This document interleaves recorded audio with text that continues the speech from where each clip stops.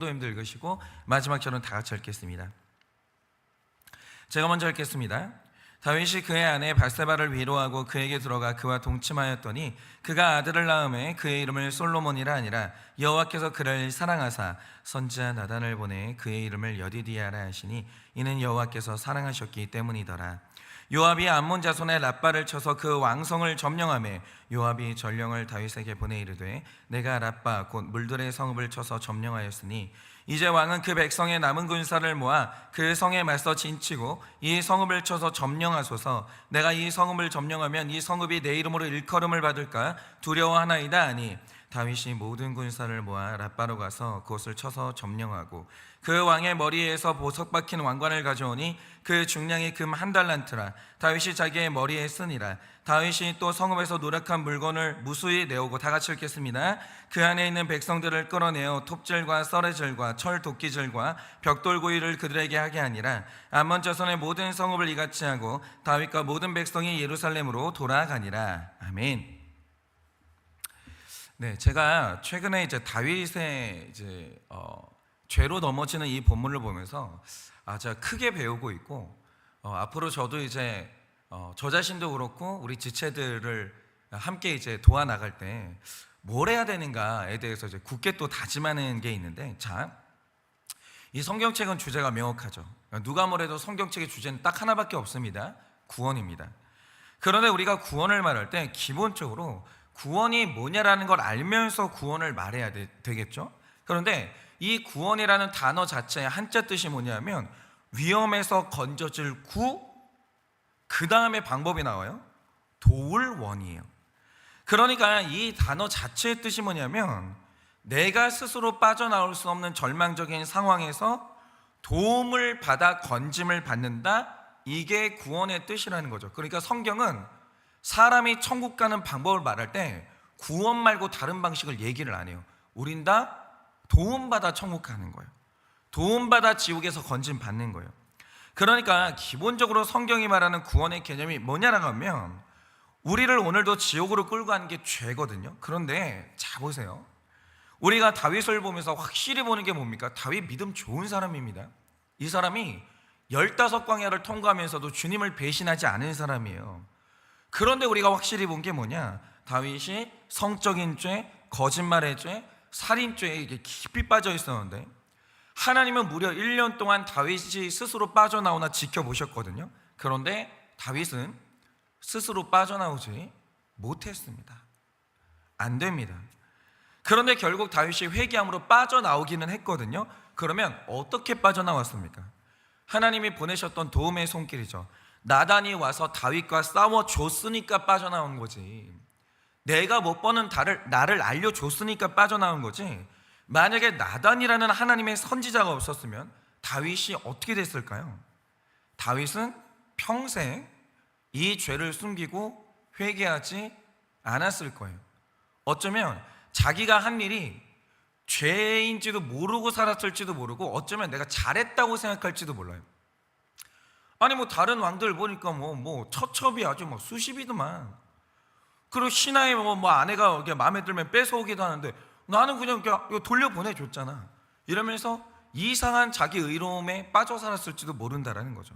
그런데 중요한 건 이겁니다. 그가 회개하지 않았어요. 그럼 제사를 멈췄을까요? 그러지 않았을 거라는 거죠. 그는 살인죄와 간음죄를 마음에 품고도 여전한 방식으로 예배를 드렸을 거예요. 그리고 나는 구원받았겠거니 하고 살다가 결국 지옥에 갔을 거라는 거죠. 그러니까 지금 이 불편한 진실을 우리는 마주해야 되는데, 교회 안에 이런 사람이 없을까요? 있냐 없냐의 차원이 아니라 있는데 되게 많아요. 되게 많을 거예요. 나는 여전히 죄를 마음에 품고 있고 회개도 안 했어요. 예배를 꼬박꼬박 나와요. 심지어 봉사를 해요. 그리고 나는 구원 받았겠거니 하다가 지옥 가는 거예요. 그러니까 여러분, 기본적으로 우리의 구원이라는 것은요, 사람이 혼자 이룰 수 있는 게 아니에요. 구원은 하나님의 돕는 손길, 그리고 내 죄와 싸워주시는 하나님의 열심으로 이루어지는 거예요.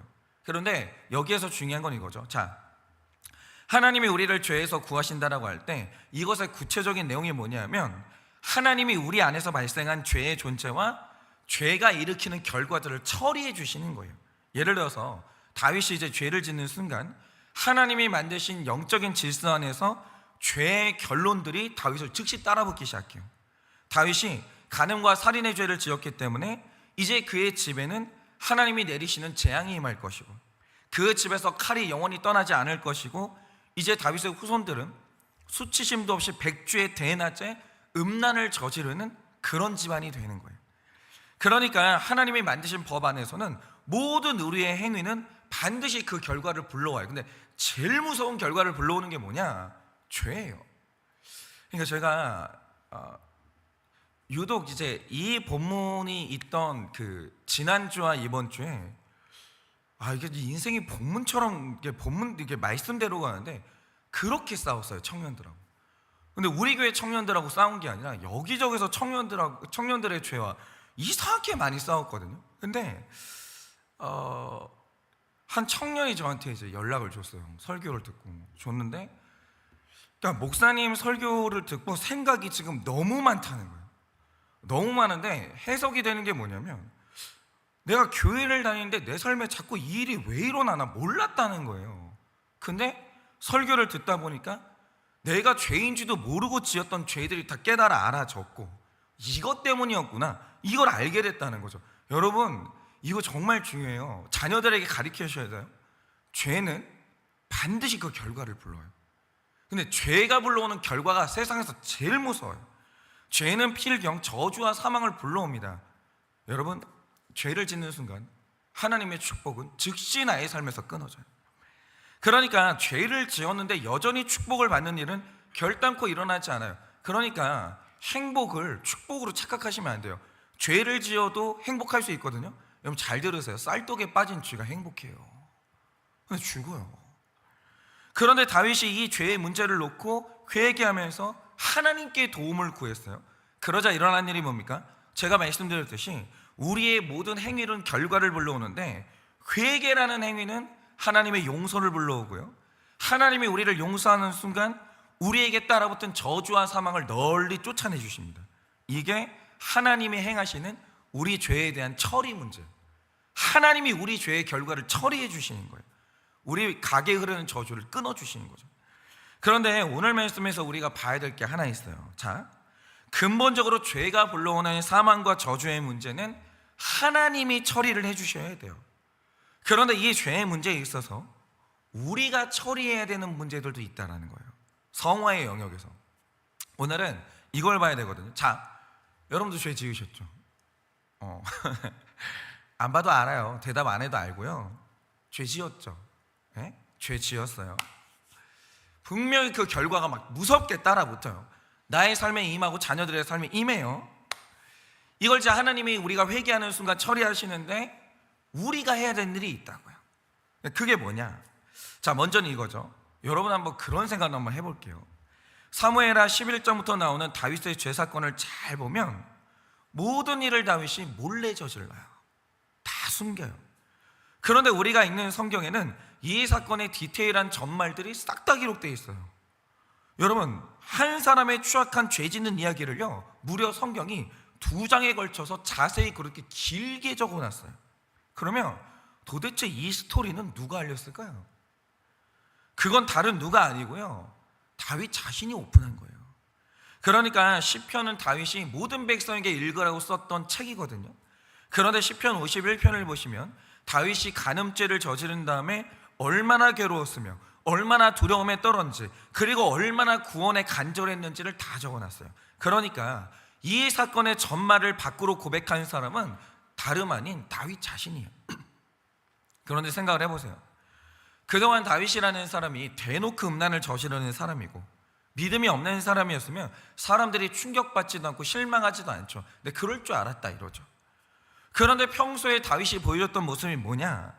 하나님의 말씀을 경외하는 모습, 자기 백성을 끔찍히 사랑하는 모습을 보여줘 왔어요.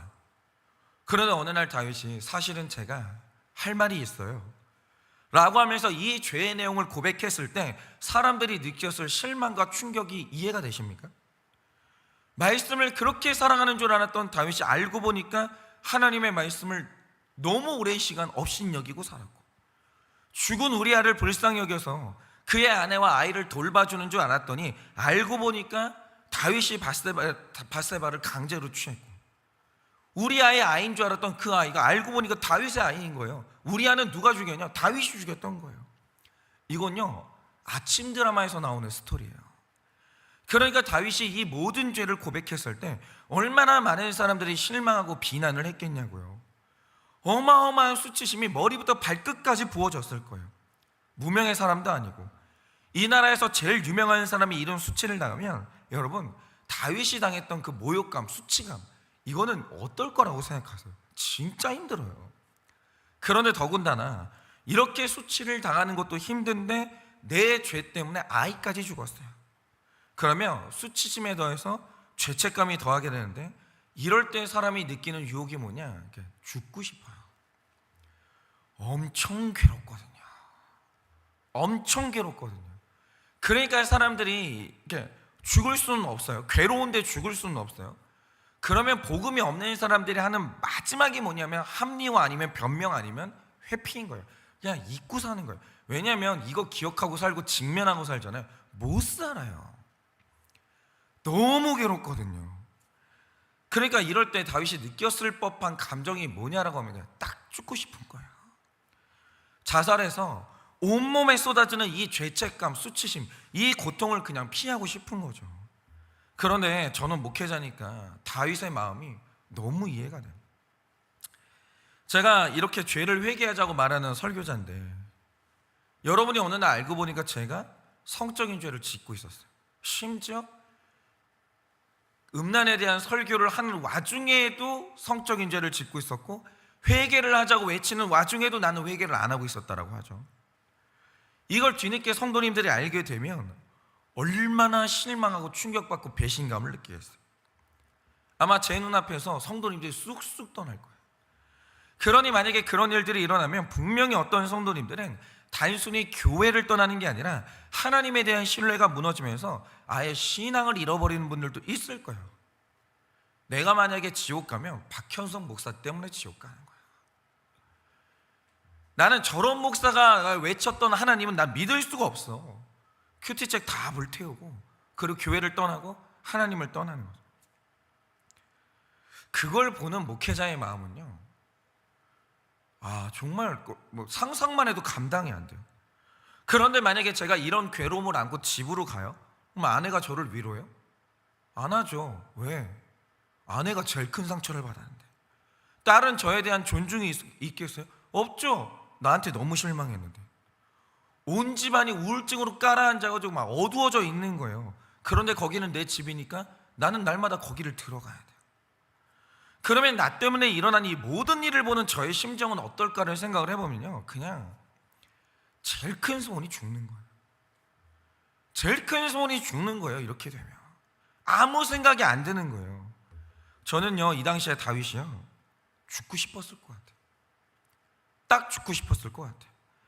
그런데 여기에서 다윗이 하나 정말 잘했던 죄의 처리 문제가 있어요. 자, 이렇게 괴롭잖아요, 죄 때문에.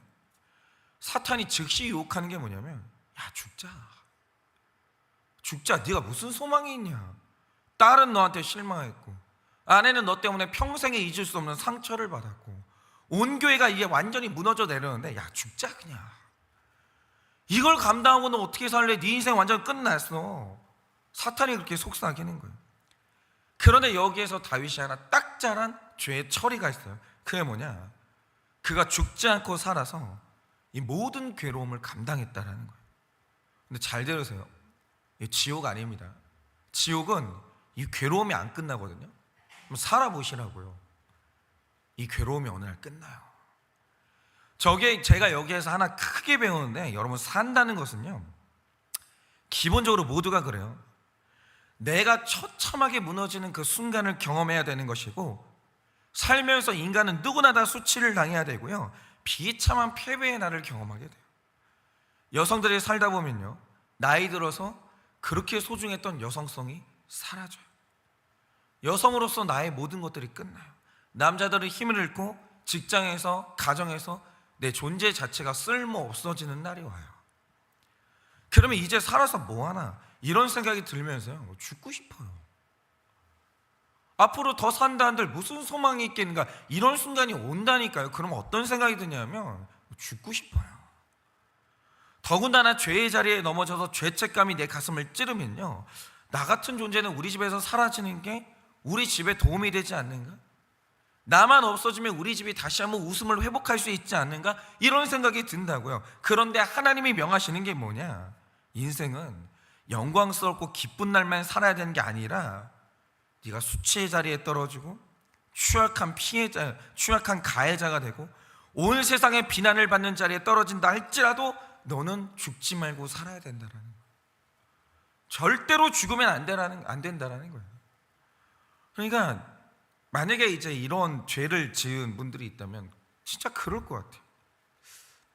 나 때문에 내 남편이 웃지를 못하는데, 나 때문에 내 아내가 계속 혈기내면서 죄를 짓는데 내가 사라져야 되는 거 아닌가, 이런 생각 들거든요. 아니요. 살아야 돼요. 반드시 살아야 돼요.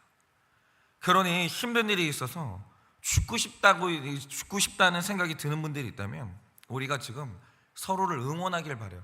잘했다는 게 아니에요. 근데 내가 여기서 죽음으로 삶을 회피한다는 건 뭐냐면 죄에 대한 처리가 아니에요. 그건 죄를 하나 더 얻는 거예요.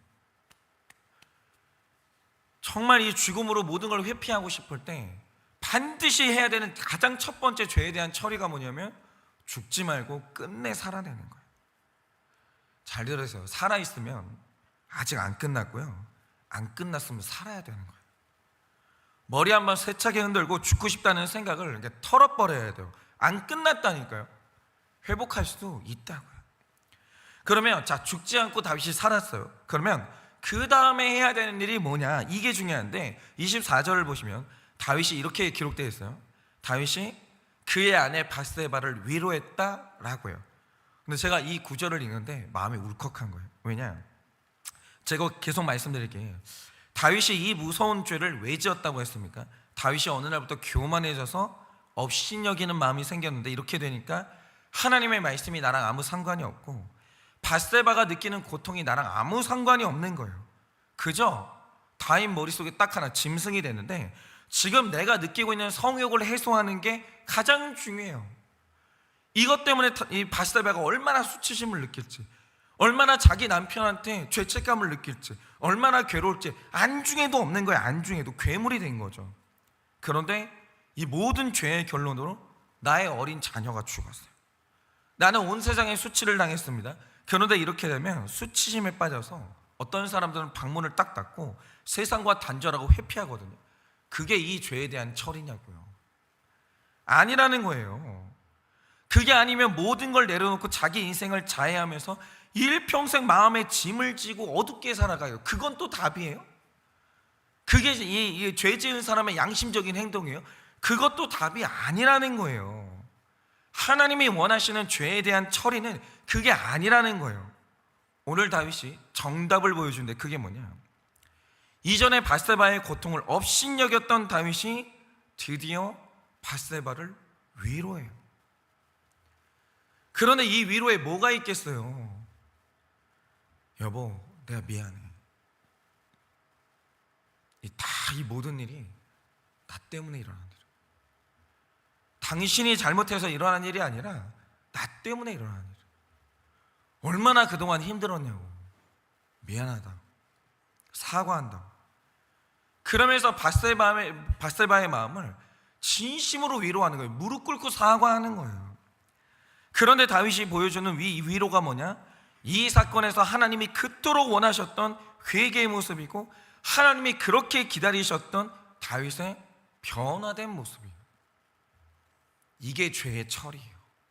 이게 죄의 처리. 누가 방문 닫고 들어가서 세상과 단절하라고 그랬어요? 누가 고개 푹 숙이고 살면서 그렇게 죄인인 모습으로 누가 그렇게 살라고 했냐고요? 그게 아니에요. 회개하고 변화되라는 거예요. 이전과 다른 인생으로 살으라는 거예요. 그런데 고난을 통해 변화되고 성화되니까 그때 일어난 일이 뭡니까? 그가 밧세바를 업신여겨서 동침할 때는 죽음을 낳았어요. 다 죽어요. 자식도 죽고 우리아도 죽어요. 그런데 오늘은 밧세바를 위로함으로 동침하니까 그때 일어난 일이 뭐냐? 하나님이 사랑하시는 솔로몬을 낳는 거예요. 하나님이 그 자녀를 사랑하시는 거예요. 다시 다윗이 생명을 낳는 거예요. 이래야죠. 여러분, 우리가 수치스러운 죄를 다 지어요. 그래서 입 꾹 달고 세상과 단절한 채로 살면 그냥 내가 서서히 죽어갈 뿐이고 하나님이 원하시는 회개의 열매는 없다라는 거예요. 맞아요. 내가 뭐 잘못했냐? 이것도 잘못됐거든요. 그런데 죄를 지었잖아요. 수치심으로 나는 이거 무덤까지 가지고 간다. 입 꾹 닫고 살잖아요. 그것도 하나님이 원하시는 게 아니라는 거예요. 이 죄를 회개하면 맺을 수 있는 열매가 있다라는 거예요. 그러니까 하나님이 우리에게 원하시는 죄의 처리가 뭐냐?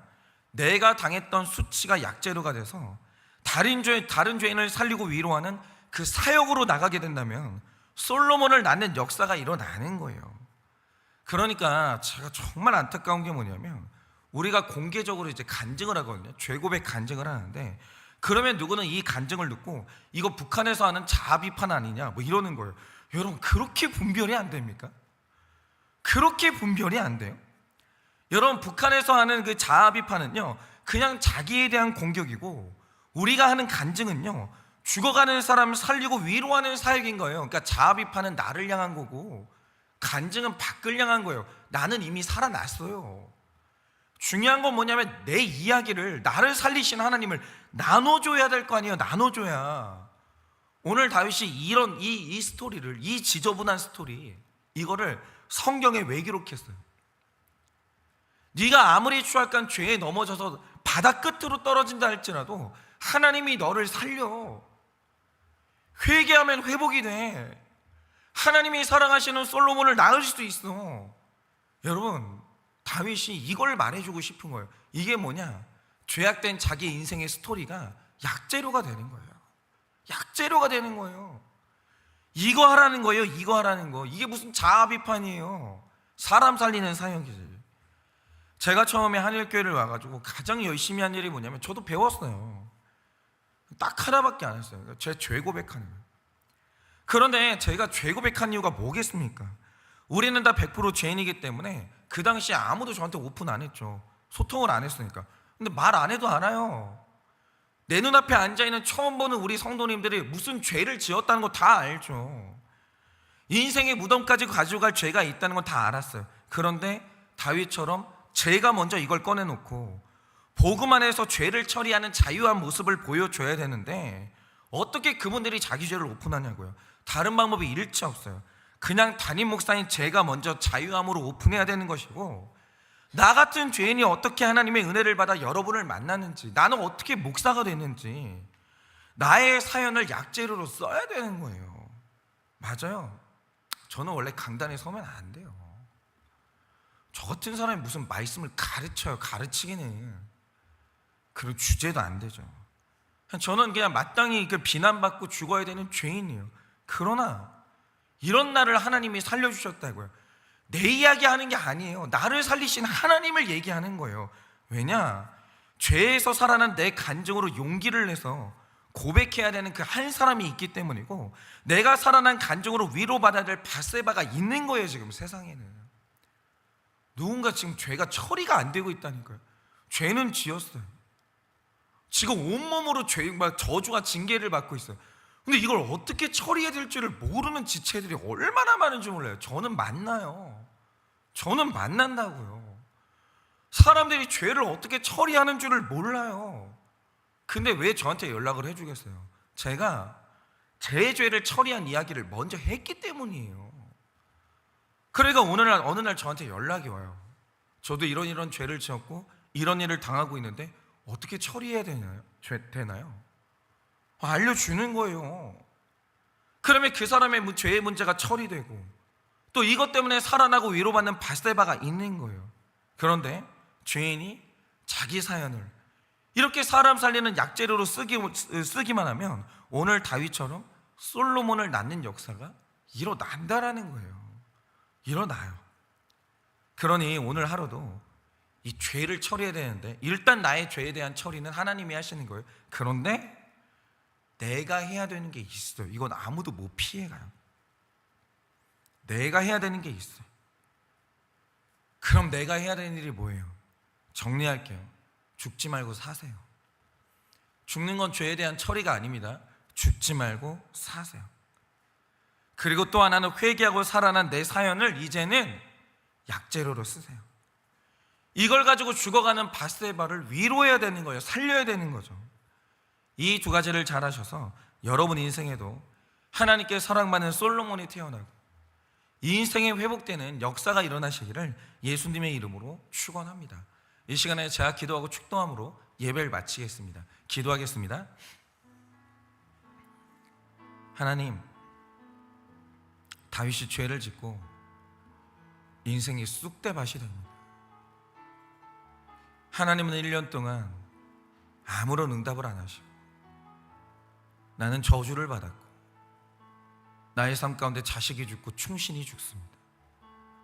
정신 차려보니 내 손에는 피가 잔뜩 묻어 있습니다.